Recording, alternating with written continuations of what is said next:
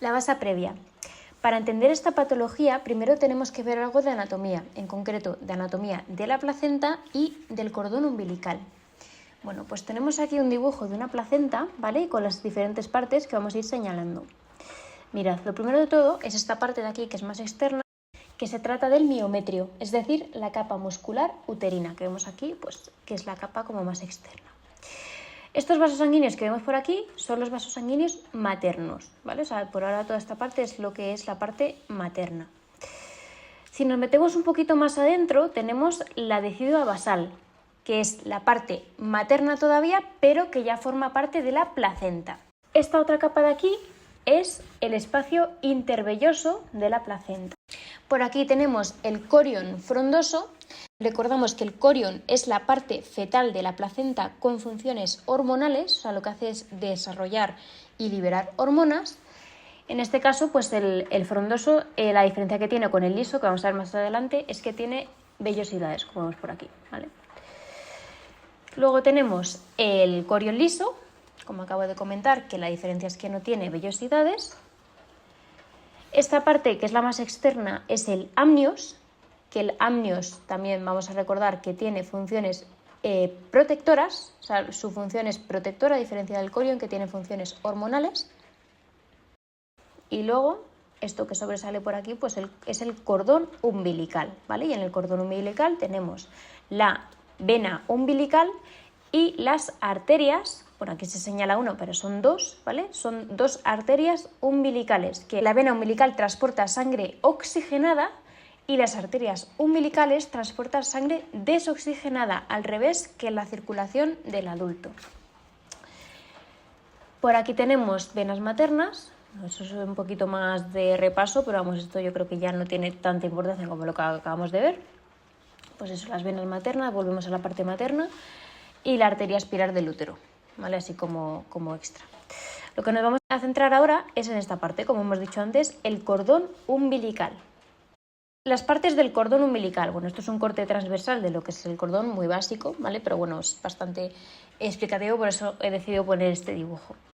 Tenemos las dos arterias umbilicales que os he comentado antes, la vena umbilical, el epitelio amniótico y una cosa muy importante para este vídeo, ¿vale? Para el tema de la vasa previa, es la gelatina de Wharton, que lo que hace es envolver y proteger estos tres vasos sanguíneos, ¿vale? Esto es muy, muy, muy importante.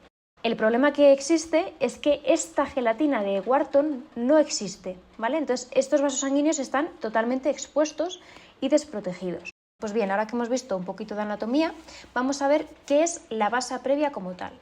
Bueno, la vasa previa se define como una presentación de los vasos sanguíneos fetales sin la protección del tejido placentario, como hemos visto antes, o la gelatina de Wharton, a través de las membranas por debajo del feto, ¿vale? O sea, se sitúa por debajo de la cabecita del feto y por encima del cuello del útero, desde una distancia de 2 centímetros hasta llegar a atravesar este cuello de útero, hasta llegar a atravesar este cervix, ¿vale? Sobresale en algunos de los casos. Bueno, aquí tenemos una foto pues, que se ve un poquito más gráfico.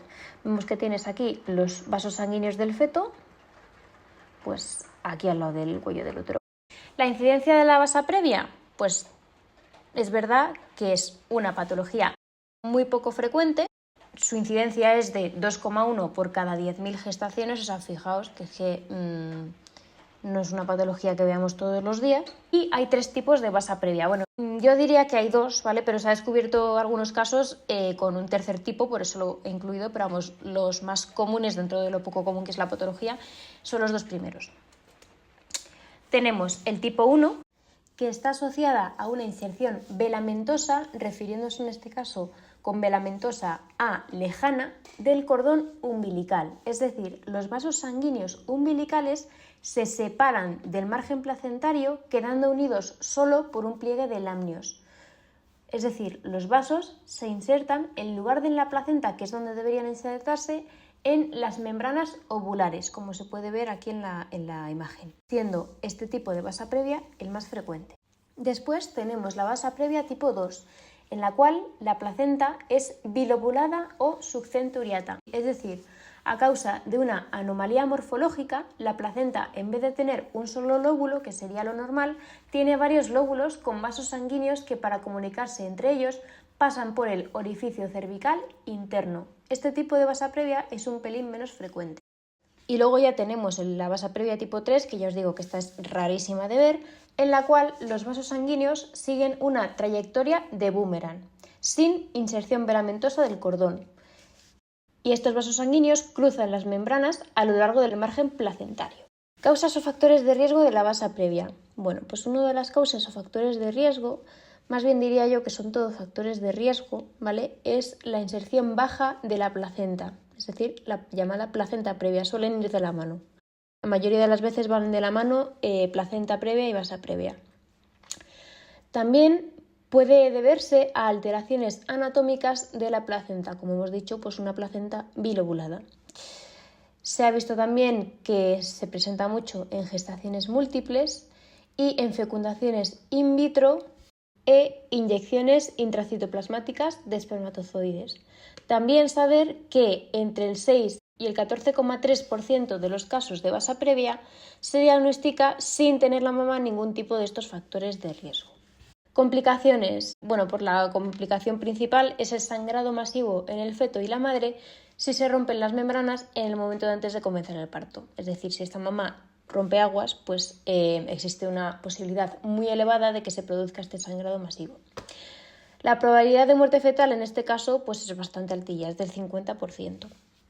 ¿Qué pasa? Que en la mayoría de los casos se diagnostica la vasa previa antes y se siguen las medidas oportunas para que esto no llegue a suceder, siendo entonces la probabilidad de muerte fetal pues la misma que si fuese un parto normal, es decir, casi nula. Por eso es tan importante que la mamá se vaya haciendo sus ecografías rutinarias durante el embarazo, porque ahí es donde se suele ver, como vamos a ver más adelante. Otra de las complicaciones es la compresión extrínseca del cordón, provocando así desaceleraciones de la frecuencia cardíaca en el feto, es decir, una bradicardia fetal, lo que da lugar a una asfixia, porque al niño no le está llegando bien el oxígeno, y pues derivando esto en la muerte fetal que hemos hablado antes. El diagnóstico, pues como os he dicho, se detecta en ecografías prenatales rutinarias antes de que se presenten ningún tipo de síntomas. Luego ya se confirma mediante una ecografía transvaginal con mapeo de flujo Doppler color, como se ve aquí en la imagen de la derecha.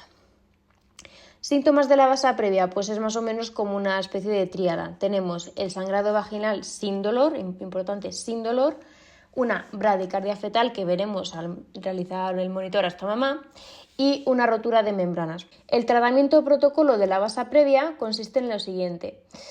De las 28 a las 30 semanas de gestación se le ponen a la mamá 1 a 2 monitores por semana para irla vigilando. Se le ofrece también la posibilidad de ingreso para vigilancia un poquito más estrecha desde las 30 a las 34 semanas, en las cuales se pondrán corticoides, el Celestone, por ejemplo, para la maduración pulmonar si presenta algún tipo de sangrado, pues en el caso de tener que hacer la cesárea de emergencia, pues que el niño ya tuviese los pulmones maduros. También se realizaría una cesárea si la mamá rompe la bolsa, si presenta un sangrado persistente o si el monitor es poco tranquilizador, y si no, se programará cesárea a las 34 o 37 semanas de gestación.